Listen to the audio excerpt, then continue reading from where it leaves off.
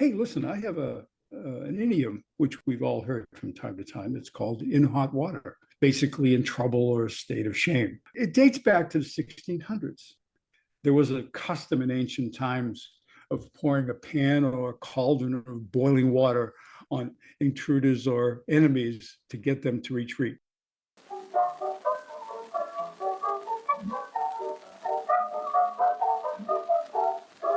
Daddy wasn't fighting a bow wow.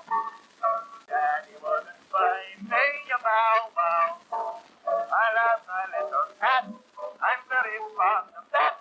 I'd rather have a big bow wow wow wow wow. Hello and welcome to the Mochiverse. I'm Linette. And I'm Skip. And so hot water. Yeah, hot water. We all know it. We all know the terminology when someone says you're in hot water. We do. That's It ain't because you're fascinating. in good graces. No, exactly. Another idiom. Yeah. I always really love the not necessarily an idiom, but it's a comparison that people make all the time. Have you heard Mhm. the thing about the frog in the boiling water, how they compare it to different situations? Like if you put a frog, if you just throw a frog into boiling hot water, it'll jump out right away and try to Mhm. escape, right? But if you put a frog in cold water and slowly raise the temperature, it'll just sit there and sit there and sit there and sit there until it boils to death eventually. And so they use it as a comparison for like, you know, slippery slopes and letting things go too far and Hmm. that sort of thing. People See, I use it a guess that's lot. where, that's where it'd be. So that's a more compassionate way of executing somebody. You think Think about so? it. Yeah. Wait a minute. Are you saying it's more compassionate to start with the cold water? Yep. Oh no. Oh no. It's Sure it is. horrible. They throw you in the boiling water, you're paying right away. You know, But then it's relatively quick if you think about lobsters and stuff, well, right? I guess, If but you put it if you put it yourself in cold water and then slowly heat it up, then you're like, oh, it's getting hot. Oh, it's getting really hot. Oh no, I'm suffering. Oh no, I'm burning. Oh no, I'm dead. Like 20 minutes later. except yeah, but what is more compassionate? I I personally feel it's less compassionate to have instant pain. That's true. Uh, that's the way I look at it. Um, either way, it's still you're still Yeah, either killing the way, it's still person. But bad, but we'll keep yeah, all that in mind for your final days, I guess. that's it. Yeah, We'll work on that. killing me slowly with kindness. I'll Okay. get the I'll get the tub ready. Well, we'll talk to Yeah, Sue about it. Sue will take care of yeah, she'll straighten my ass out. Yeah, it. She's like, cold water, got it. yeah. All right. Okay, so folks, we got some facts for you today.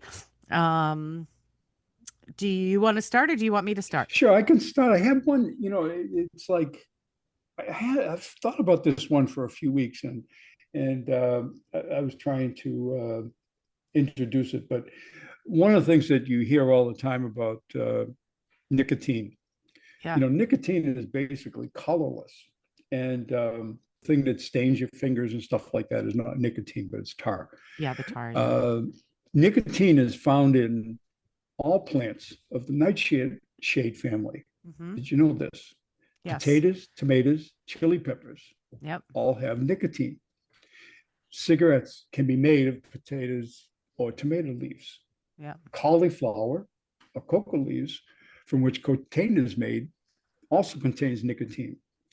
Some people who try to talk about quitting smoking are advised not to eat potatoes or tomatoes. In Huh. small doses, nicotine compound is solanine, and I'm probably saying that wrong. Okay, that sounds It, familiar though.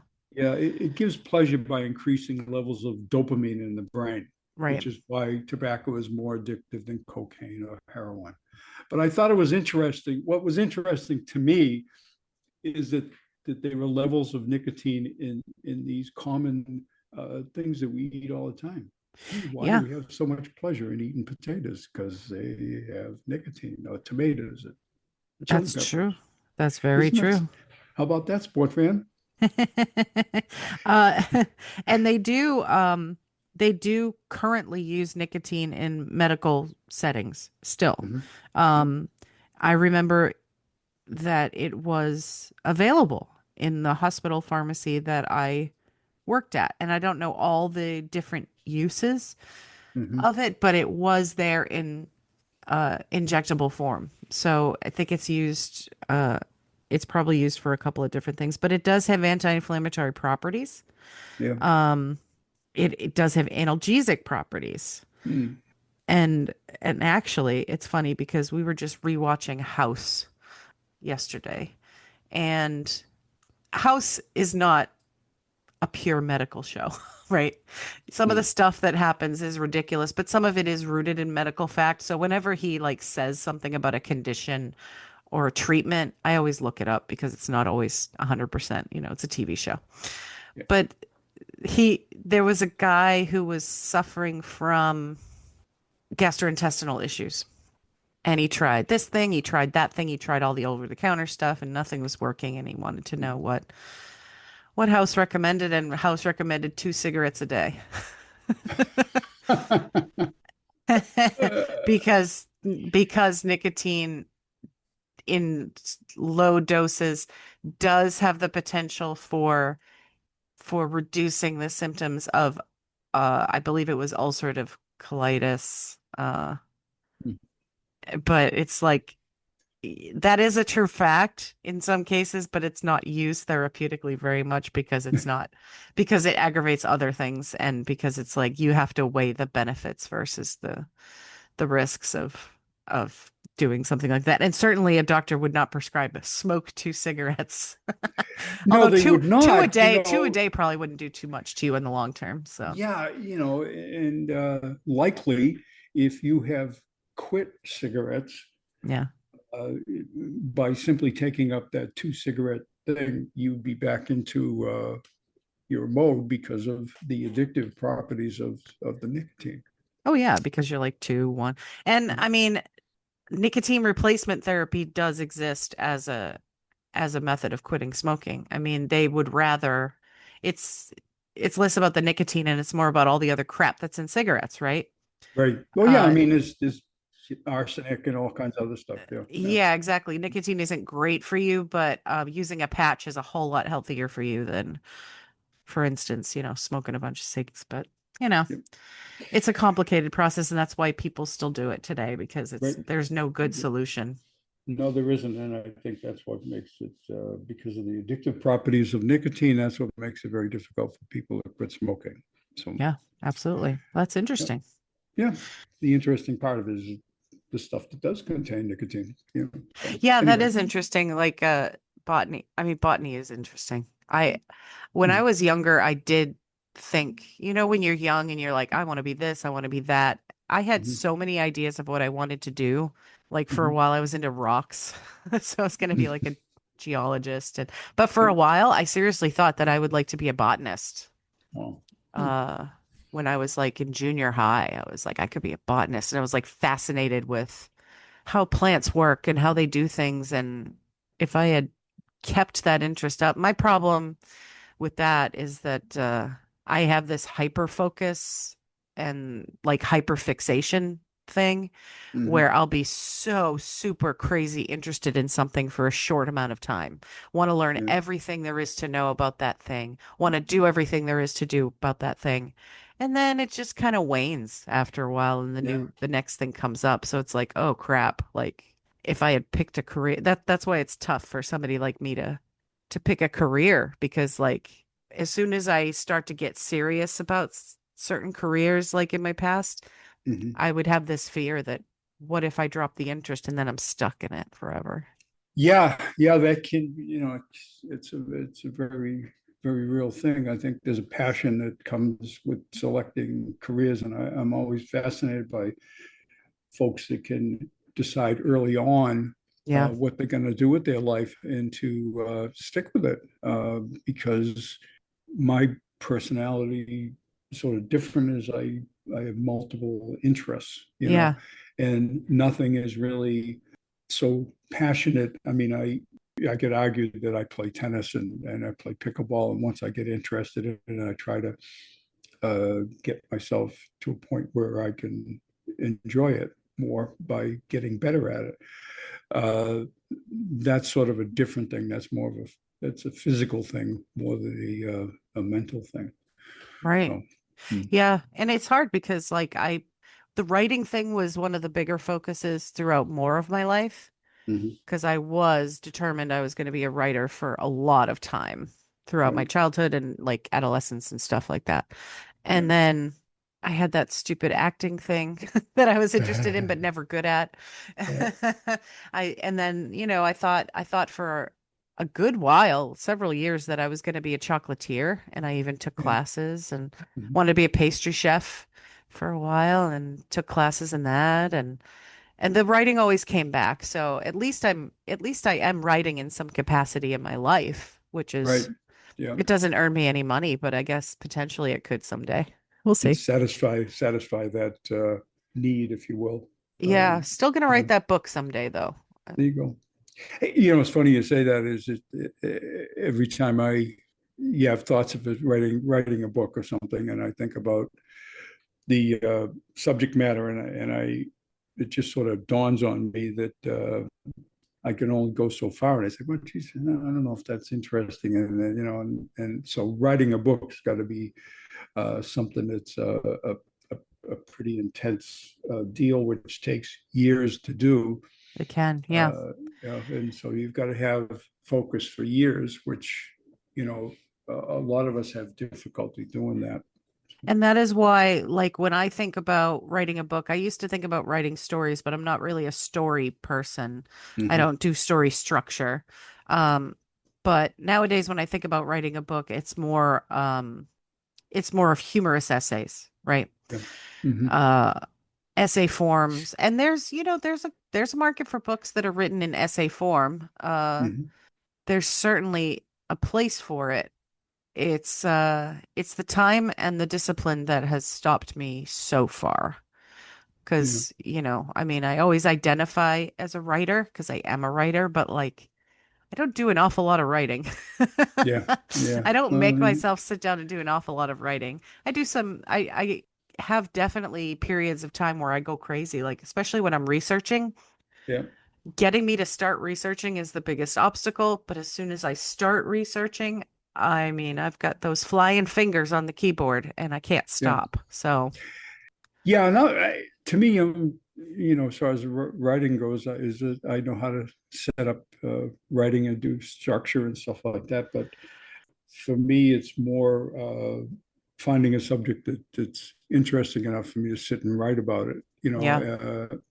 And I like, as I said, I varied interest, which sort of speaks to what we do here with these random stuff. I mean, Hmm. that really speaks to the way I kind of think about stuff is more random. I mean, I will sit and get involved in something when I'm reading about it, but then I can easily move on to something else without getting obsessed with it.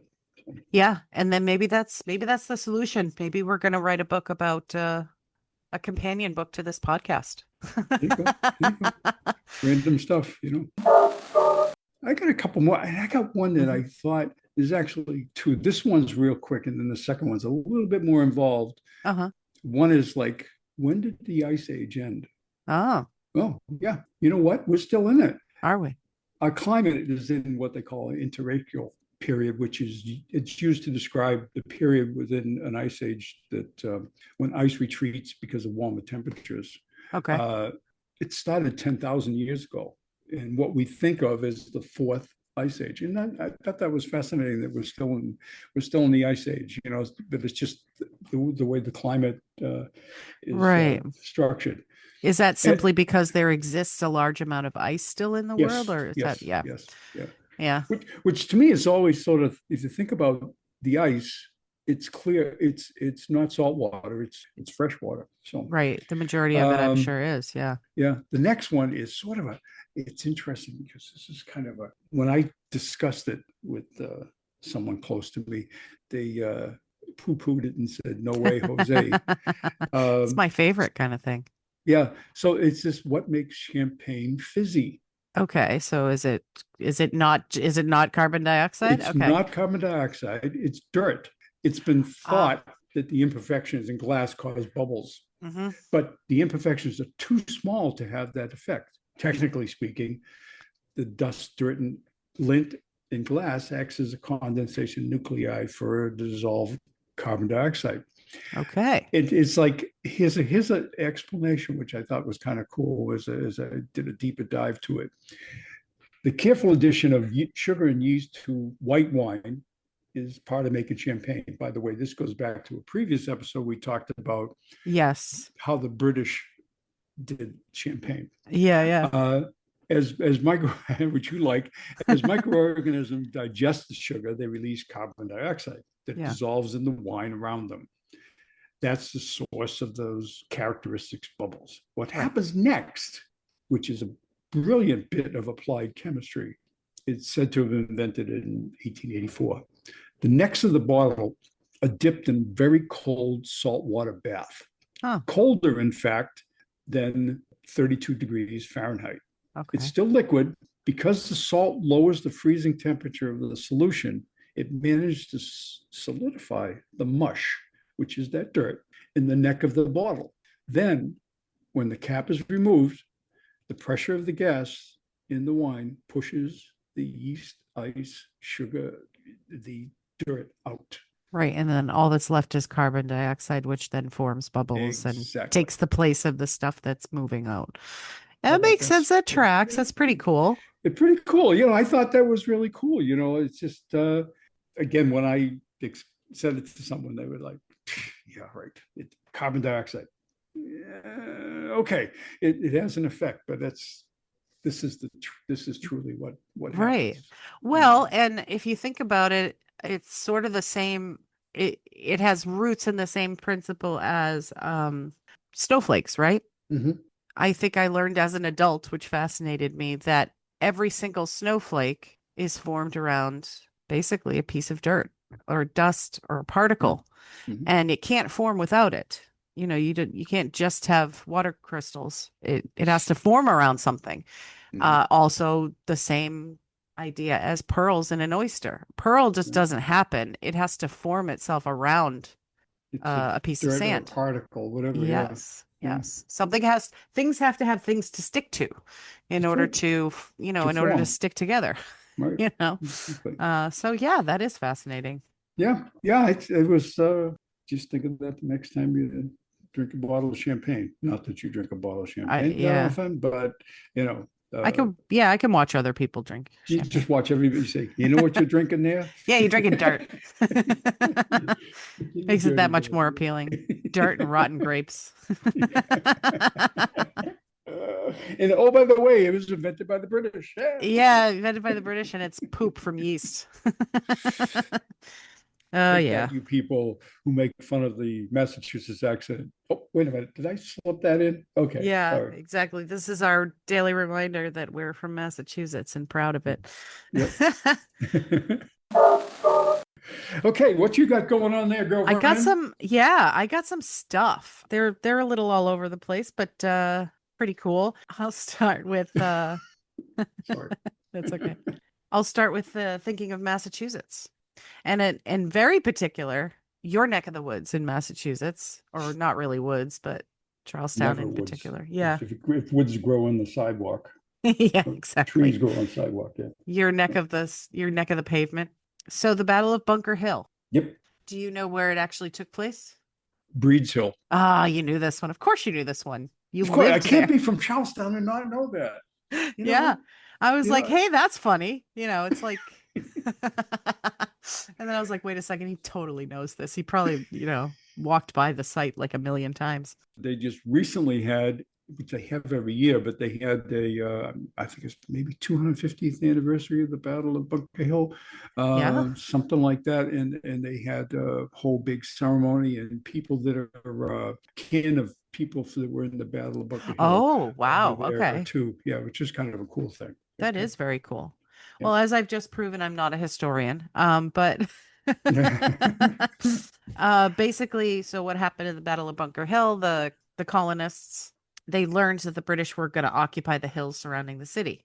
because they wanted to have more control over the harbor, because harbor is very important to Yep. the British and, making their money from us, kind of thing. So the colonial troops snuck in and occupied Breeds Hill and Bunker Hill. And the British learned about it. They attacked, and the colonists did eventually retreat. So it wasn't like a victory, but it's considered to be like a pivotal turning point and Yep. proof that the colonists had a chance. The British suffered more casualties than the colonists than they expected, and the British kind of realized that, oh, these guys are actually better than we thought. We can't really mess with them. They're not an easy force to keep down, So that's pretty That's cool. it. Yep. Hmm. They suffered 1,054 casualties. And the other important thing, of course, to the British was that a disproportionate number of those casualties were officers. They were just, sort of playthings. Hmm. Hmm. as many generals think of their troops. Well, S- yeah, yeah. And by the by, with my history, I grew up in the shadow of Bunker Hill. yeah, The Bunker Hill Monument was at the top of the street where I lived, yeah, and bypassed it every day when I went to school. So anyway, so that's that's fascinating. how. And I can imagine that your history classes were heavily involved with that period of time because of where you lived, right? Yeah, and I mean, there was a lot of ancestry things that went on, that maybe not everyone that was in the classroom were ancestors of folks who Hmm. fought in the battle, but there was certainly some, and it's interesting. I don't think any of them live in Charleston anymore because it's too expensive. Yeah, But there are always a lot of history. I mean, heck, my classroom at Charlestown High School, a Bunker Hill Monument is like right out the window. that's So really cool. That is really yeah. cool. And it was like that. It was similar to that, like in Salem and Danvers, Hmm. because it's always fascinating to me that history classes in the US aren't super great, and they Hmm. always just kind of like gloss over a lot of events. Yep. But it was always fascinating to me, different people growing up in different areas of the country really did focus on different things in their learning. Like I mean, we focused on a lot of the colonial stuff Hmm. because that was a big part of Massachusetts history. And Right. we focused on the witch trials because they were Yep. right there. And Hmm. then, the Revolutionary War. Yep. Not as much about the Civil War, right? Because a lot of it Right. didn't really take place anywhere near us. But if you No. talk to somebody who grew up like in the southern states, a lot of their history, they know a lot more about the Civil War than we do. Right. They learned a lot more about the Civil War than we did in school. I mean, all the learning I got to do about everything was definitely after school, but because Yeah. of how limited it was. Yeah, and Uh, I think probably, the thing about, for example, the Civil War, even though a lot of folks from Massachusetts and New Hampshire and Vermont and stuff were part of the Union Army, uh, the battles weren't fought in the Civil War. They were not fought in the North. They were mostly fought in the Midwest and the South. So, right. Virginia was really like mhm, the one you hear about the most yeah, that would have been closest to us. So, right. yeah, Yeah. absolutely. It's just fascinating. Yeah, and by that terminology, it's just like you're separate from it, and the way the uh, communication network was at that point. By the time you hear about it, it's already happened like months or a year ago. Right, So right, yeah, so exactly. Yeah. yeah. So that was that one. Hmm. The other one caught my eye, and I didn't really have the energy to do as deep a dive as the internet wanted me to do on this one, but I will Hmm.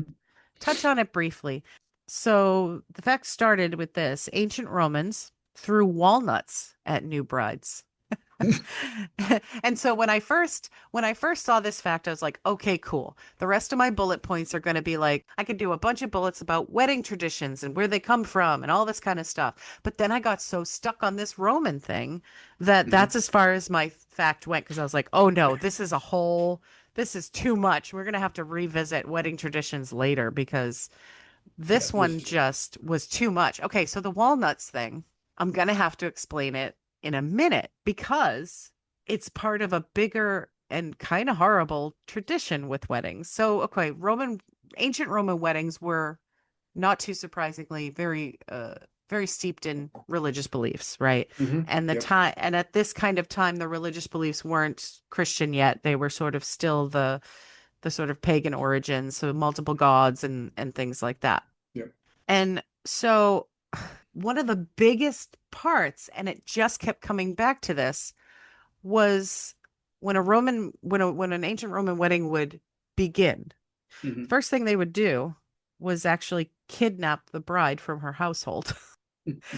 And so you can imagine back in ancient times, this could have been like a kind of a necessity thing, because as we know in ancient times, marriages weren't necessarily for love, affection, or even liking someone. They were usually strategic, right? Right.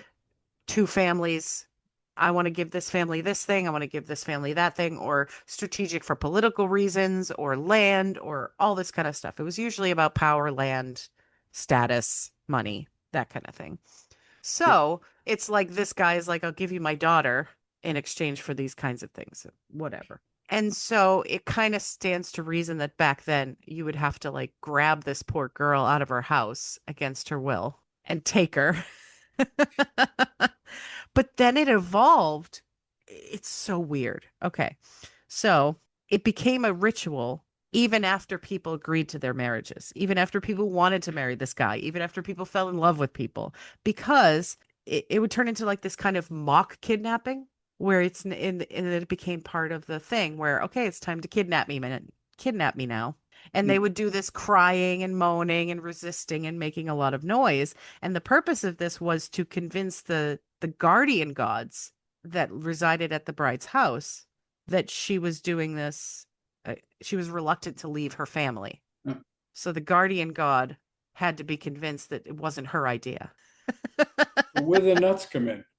So, so I'm getting to it, but Okay, all right. this also might be the origin of carrying a bride over the threshold. So carrying the bride after all this wedding ceremony and stuff into the threshold of the new home also implies that she's not going willingly. Okay. So you just bring her in there. Right. And then there were some other things that turned into like it's bad luck for the woman to like step over, and there was all kinds of animal sacrifices included and all this kind of stuff. But I found that fascinating. Her reluctance to enter the marital home matches her reluctance to leave her family home. So the walnuts. So it's speculated that the sound of walnuts hitting the ground and the children gathering around to grab them, because of course you throw a bunch of walnuts on the ground, the kids all are gonna be, oh, walnuts, like can't, like, because there wasn't candy yet. Right. It's speculated that the sound of the walnuts hitting the ground and the children making a ruckus was gonna drown out the bride's wailing and cries. And that was the reason for throwing walnuts. Walnuts. Wow. Yeah, because as I'm reading about these wedding ceremonies in ancient Rome, the bride's crying the whole time. The reason she has a veil was to cover up how red her face was because she was so upset, and she was blushing because she was embarrassed and scared. Okay. And so the veils were for that reason too. And like, all of the wedding traditions that we think about that have roots in ancient Rome all have to do with, forcing a poor woman to get married. She was probably like 12. Wow. Yeah. So I found that very interesting. And, the fascinating part is that it started off as like a little, oh, instead of rice, isn't that fun? What do other cultures do? I was thinking that in my head, like, oh, I can look at what other cultures do, and I can look at where did this come from and where did that come from? And then it turns into this kidnapping and rape story that I was like, oh shit. Yeah, because that's the other part I didn't include, is there's a whole lot of like bad sex stuff that happens afterwards too, which is, and the whole community's involved, and it's terrible. So I guess it's a good thing we're not in ancient Rome. I don't know what the moral of that story was, but yeah, so that's that one. Wow. Yeah. Yeah. Two quick ones. Yeah. I think they're quick. Maybe we'll not. See. Yeah, we'll see. What year did World War II end? What was it, 45? Nope. Well, hostilities ended in 45, but World War II ended in 1980. Was that And poor guy who thought it was still going on? I thought it was still going on. Yeah. It's, basically what went on was there was a lot of treaties that had to be signed. Oh, I And see. yeah, yeah. So one after another, there were treaties that, peace treaties with, Romania, Hungary, Bulgaria, Finland wasn't signed till 1950. Right. Austria waited until 1955. Germany, however, was divided, as we know, Yeah. between Western powers and USSR.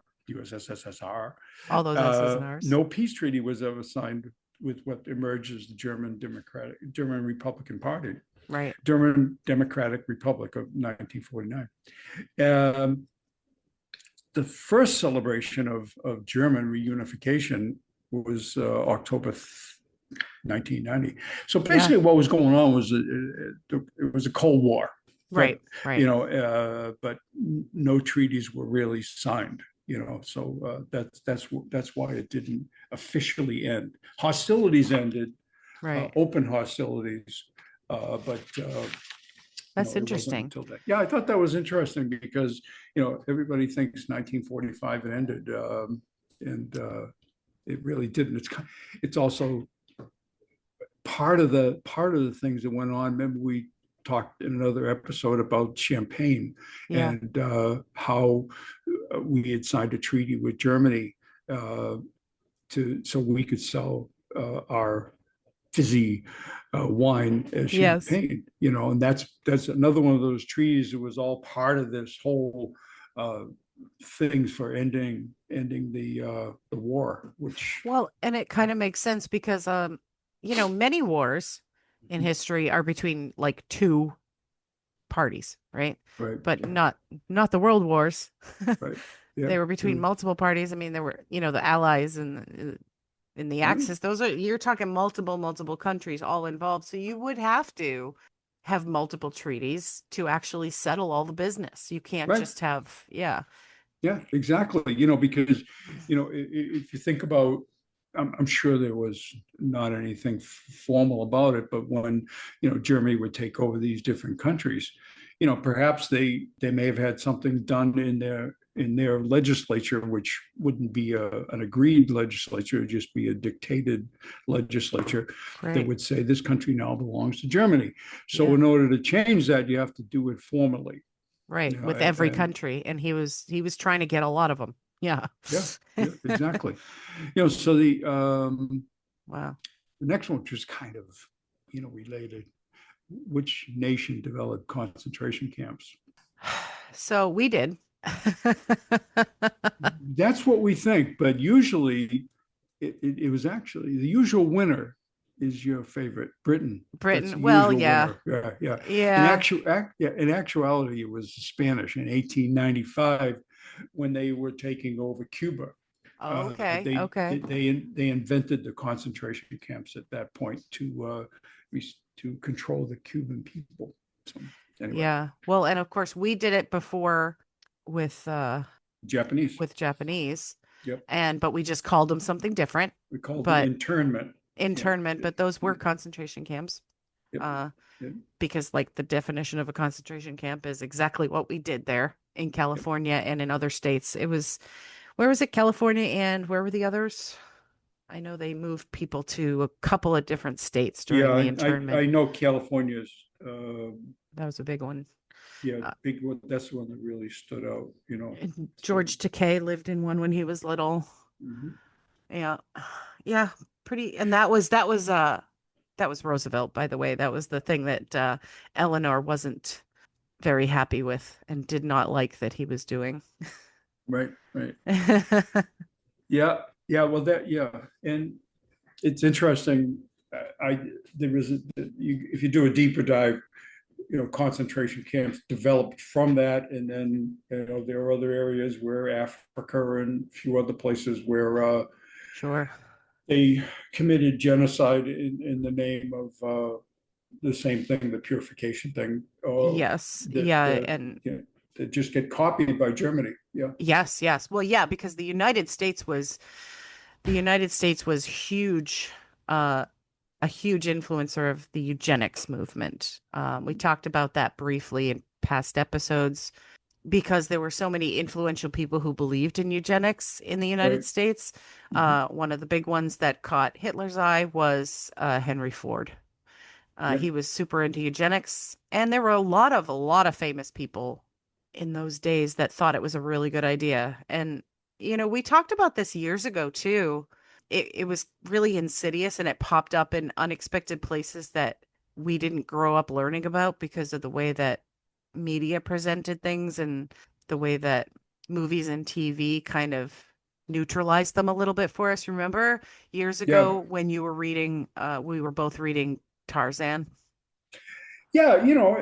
It's the media issue, the media, however you want to describe it, uh, of not a story which is not important, if you will, for lack of a better way to put it. Yeah. Um, I think it was well known, if you think about the concentration camp thing, it was well known that this has gone on throughout the world, and even to the point where what Germany was doing, and you could almost it was funny when you think it's not really funny, but when you think about it, you can almost see it. These guys, are somebody sitting around and talking and said, you know what, I'm tired of all these put in whatever nationality you Right. want to put in. What are we going to do about them? You know, Yeah. how are we going to get rid of them? Well, you know, why don't we just, find a way to put them all in one place, and Well, just that and it was even more basic than that. It was basically how can we win at everything in life? And how can we prove that we are superior? And that was the thing that got me about Tarzan reading it as an adult. Look, you watch a Tarzan movie when you're a kid, you think it's just about a guy who unfortunately his parents died in a shipwreck and then he like was raised by like apes or whatever. And then the people come and they're like, "Oh, he's raised by apes, but he's still a nice guy." No, it's really about how he has parents who were like, wealthy aristocratic white people died in a shipwreck. He was raised by apes, but because his blood is wealthy, aristocratic, and white, he remained civilized and he was able to be civilized. And there's this like scene in the book where he's like in the trees and he kind of comes across a tribe, and the tribe happens to be cannibals. And having never seen other humans, having never been raised by humans, he's disgusted because he's like a white aristocratic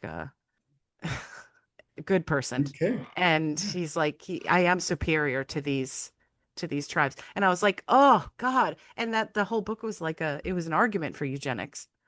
Yeah. And but and then it's like, and then they take pieces of it and they hand it to us as a nice little story so that we'll be Mm. okay with it when we learn the real thing. It's terrible. It's awful. It's horrible. I It don't. really is, and to some extent, it's embedded in whether it's our DNA or our culture or whatever you want to call it, where folks think they're better than somebody else for Yeah. whatever reason. They want to find evidence for Uh, it. Medical history.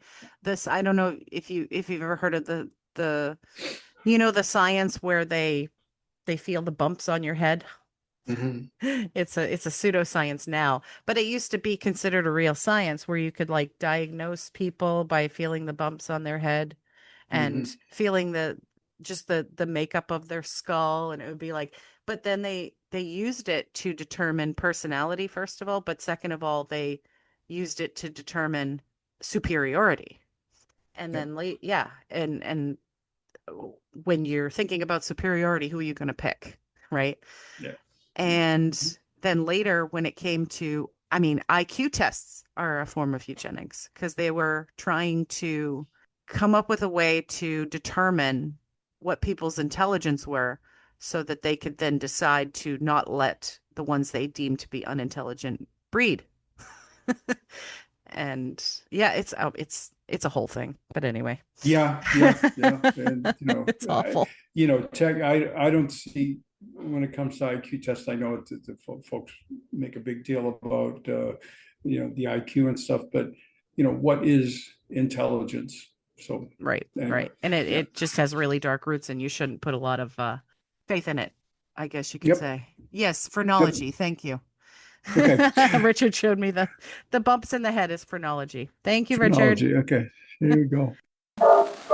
Who invented rubber boots? The Amazon Indians, Duke of Wellington, Charles Goodyear, or Charles McIntosh? Oh, Wellington was British, Of course. and they still have welly boots. Yeah. Was it Wellington? No, it was Goodyear. Oh, And, Goodyear. and, and Goodyear, what's interesting about Goodyear is that he lived in poverty his whole life, actually died poor. Oh, Um, and in 1839, he mixed heated rubber with yes. sulfur, and he accidentally spilled it on a stove, which produced the vulcanized The rubber. vulcanized Anyway, rubber. yeah, But it was a he quick one. Yeah. was he a good guy or a bad guy? Because I thought there was a lot of colonization involved in rubber. I think he was a good guy, because, like I say, he never he was poor his whole life, and never really never really saw the benefits of inventing rubber. You know, Right. and Yeah. really, it was his obsession. He called it the vegetable leather, which is Yeah. interesting. So, and he shared. See, you brought up Charles McIntosh. He shared his samples with Thomas Hancock and Charles McIntosh, who became a successful rubber. They became successful rubber merchants. They were the ones that really made the money on it. You know, and they called it vulcanization after the Roman god of fire. Right. So, Which is where volcanoes come from too. Yeah. yeah, I mean, he spent time in. He was forced to spend time in debtor's prison. Hmm. Uh, Oh wow. He so anyway, so he that's was the inventor. Oh yeah. So it was when I was referencing the colonization part, that was King Leopold II. mhm. Oh, Uh, okay, he owned a rubber plantation somewhere. I forget where it was. right, He was pretty awful. He had people, he trapped people working there. He enslaved them working there, and he was the guy who was like chopping people's hands off. right, right. Yeah, he was pretty bad. Uh, we could talk about him Okay, another day. another day. Okay, so I just wanted to. I mean, that was a quick wrap up. For Yeah, me, anyways. yeah. So, okay, kiddo. All right. So I guess let's talk about something more. We'll we'll talk about something less dark. How about fire? Fire. Since we talked about vulcanization, have Yeah. you heard about the town of Centralia, Pennsylvania? No. So this town, you may have heard about it when I describe it. This town has been on fire since 1962. Wow. Yes. Hmm. So what this was a town. It was a small town to begin with. It was a mining town. And Okay. underground there was a network of mine tunnels with coal. It was coal mining. Oh, yeah. Okay. And a fire started in 1962. They think it was like an abandoned landfill that caught fire, or somebody intentionally set fire to the abandoned landfill. And the fire spread underground to the abandoned mining tunnels, and it Right. just kept going. And they tried several times to put it out, and they were never successful. So that coal is still on fire today. And over time, you can imagine the burning of a coal fire underground can cause some problems for a town that is above Sure it. can. You started to get sinkholes, you started to get problems, you started to get like noxious fumes coming up out of the ground, cracking in the pavement and things like that. Hmm. But one of the first signs that they knew in the town that there was a problem was a gas station guy put his dipstick into the ground to check the gasoline, and it came out Hmm. hot. He was like, Oh. "Uh-oh, yeah." Mm. Um, so I think there were at one time there were not a lot of residents in the town as compared to other towns. I think it was like 1,000 residents at the time. Yeah. and all of these sinkholes, the carbon monoxide coming out of the streets, and all you could see these like steam things coming out of the ground.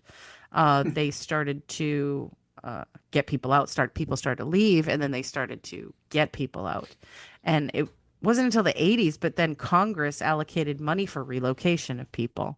Most of them left at that time, but they left like 60 people behind. There were some people who just didn't want to leave, and there were some people I think who maybe weren't given enough money to leave. They didn't have a place to go, that kind of thing. Mhm. In the 90s, the state invoked eminent domain on the town, Oh, and the whole area was condemned, and they revoked the zip code. So they're like, you're not a town anymore, and evicted people over the decades. Um, there was a lot of protesting, over the people that remained. And they were attempting to overturn the evictions and overturn the eminent domain and things like that. There's a lot of like legal battles that went on over the years, but it's still there. And as of today, or I think as of 2024 at least, there are 5 residents who still live in Centralia. wow. Yeah. As you're talking about it, I just had a bizarre thought in my mind is that one of the things about heating a home Yeah. is, particularly if you live in a slab, is that the temperature of the ground is typically about 55 degrees Fahrenheit, Right. which is cold. But if you've got heat coming up from underneath, Hmm. which is, radiant heating, Yeah. uh, Like on this old house, what everybody had. Yeah. exactly, so now you've got this natural radiant heating. Now that would be to me the only positive part Right. of You it. don't have to shovel in Centralia, Pennsylvania. You That's never have to right. shovel your The snow driveway. never the snow's always melted, Yeah. Oh my God. so, yeah, Yeah. Isn't that crazy though? But so that there is are that five is people who crazy. live there, and one of them was under 18 in 2020. So like Hmm. there, I don't know why. I don't know these people because nobody talks to them. Like you can't go there I anymore. imagine you couldn't. I imagine it would be restricted. There's a Yeah. big berm that covers up the entrance of the town. And Mhm. also like there was this like stretch of highway that went into the town that Mhm. people started going to because it's obviously a fascinating place for people to see. Right. And it's called the graffiti highway because everybody would like write messages and sometimes bad graffiti, sometimes good graffiti Right. on this little stretch of highway. And it was like a landmark. They really didn't want people to come. So they, in 2020, I think, covered up the graffiti highway with dirt. It's gone now. It's underground now. Well, Yeah. so yeah, that's It's I, kind of I mean, I crazy. could see why there would be a fascination with it, and you think all kinds of things like you talk about the gas station. I'm sure they had to, remove all the gas and remove anything that would be potentially Right. flammable, And they which is tore down some houses, but some everything. houses remained. Yeah, It's a ghost town, basically, but one that you can't really get to anymore. Um, but it was so creepy. I mean, there's like gas coming up out of the ground everywhere. And of course, things are growing over. So you've got like highways and houses that are grown over. It's like the perfect creepy yeah. setting. And so Imagine. this, a lot of people are aware of this, but maybe you're not much of a video game person, I would imagine. Yeah, So no, the video game Silent Hill, the sort of aesthetics of the game is based on this town. And the game creator kind of like denied that for a while, but it's like, come on, it's like right. super obvious that it was an inspiration to that. So, but yeah, so I found that absolutely fascinating. I'd heard about this town before. I'd heard about the fact that it's still on fire after all those years and they just can't put it out. And I just wonder, like, I have so many questions. I wonder if it'll just burn out on its own after all the coal is gone. Like, what'll happen? Like, I don't know that it will, and the other thing that comes to mind is if at a point that it gets exposed to oxygen, if it's on fire, it gets exposed to oxygen, it feeds the fire. So that's what would it, happen because there's pockets of oxygen. Because when you dig tunnels for mining, there's going to be yeah, like little pockets. Yeah. right. And if you try to close those pockets off, you potentially, I could be backwards on this one, but you potentially open yourself up to a massive explosion at some point from the Right, because buildup you of could, gases and stuff. yeah, Yeah. because you could never, you're talking like a whole town. So Yep. how could you possibly eliminate every source of oxygen? There's ground. There's, because the cracks are coming in the pavement. I mean, how could you Yep. keep up with all of them enough to seal everything off completely? And they haven't been successful in doing that. And I guess they just gave up. They're Yeah. just like, Imagine. we're not even going to try anymore. I mean, I guess if Yeah. they kept working on it over the years, they could have come up with a solution, but they didn't. They Yeah. just abandoned it. Yeah. I feel for those five people. I wonder, they must be fascinating people. I mean, you can imagine. I was surprised to learn that like one of them is a young person, Mhm. because the first thing I think of, five people refusing to leave a ghost town, is that they're all like, like super old dudes who are just like, Yeah. I'm not going Yeah. anywhere. Mhm. Or something like that, right? It's Yep. like one Yep. guy sitting on his porch. He's like, I'm not leaving my house. He's got like a rifle or whatever, you know? Who knows? Yeah, it's just yeah, you could see Yeah. the immediate danger. Well, with carbon dioxide, Carbon monoxide. that's Yeah. I mean, that's I can't carbon imagine it's a monoxide, pleasant place to carbon live. monoxide. Yeah, you'd be dead meat, I would think at some point. So, Yeah. And the sinkholes and like yep. just never knowing what was going to happen. It's just Yeah, like, yeah. I mean, it takes a special kind of person to stay in a place like that's that. for sure. That's for sure. Yeah. So that's, yeah, such lighthearted topics we did today. I Oh guess yeah. Sure. I guess we were just feeling it, whatever. Yep. Um Yep. so do you want to lighten the mood a little bit with some I dad will. jokes? I would consider it a privilege, All right, nay, an so honor. before So, that, let's remind the folks at home, all two of them, to send us an email at mochiverse@gmail.com, MOCCIAVERSE@gmail.com, and to come and like and subscribe to us on Apple Podcasts.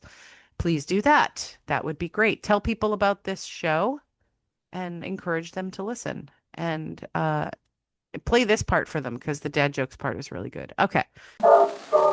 I am not happy being a glue salesman, but I stick with it. You'll stick to it, yeah. Can't take it. And did you hear about the composer who wouldn't get out of bed? No. He writes a lot of sheet music. Oh my gosh. Yeah. I finished my first day of excavation training. Uh-huh. So You, far, I'm really digging it. you digging it, yeah. Yeah, digging it, baby. Do you know why firefighters wear red suspenders? Why? To keep their pants up. Yeah. Oh my gosh, that's something my Grampy Comer would have said. Yeah, yeah, because he wore the suspenders. He did. Yeah, yeah. So what did one math book say to the other? What? Man, you got a lot of problems. You got a lot of problems. Yeah. There's something about subtraction. Yeah. It just doesn't add up. It doesn't add up. Wow, math jokes. Okay. Oh my God. Yep. All right, folks. I guess that's enough of that. We will Yep. see you in a couple of weeks. Bye. Bye-bye. Daddy wasn't finding a bow wow. Daddy wasn't finding a bow wow. I've got a little cat. I'm very fond of that. I'd rather have a big bow wow. I think they need to bring back suspenders.